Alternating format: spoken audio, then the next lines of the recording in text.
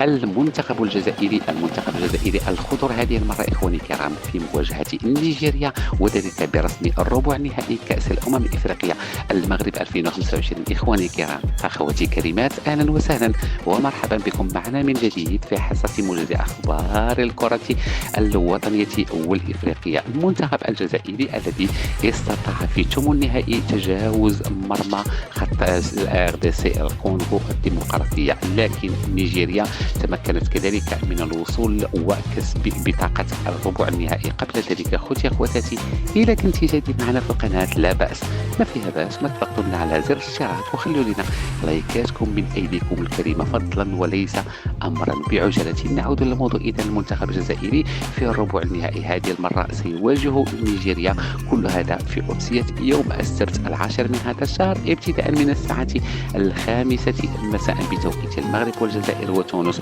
وتنقل المقابلة على قنوات الأولى والرياضية TNT3 المغربية، وكذلك قناة الأرضية الجزائرية، بالإضافة إلى قنوات البين سبور إكسترا 1 و2. دمتم في رعاية الله وحفظه. إلى اللقاء.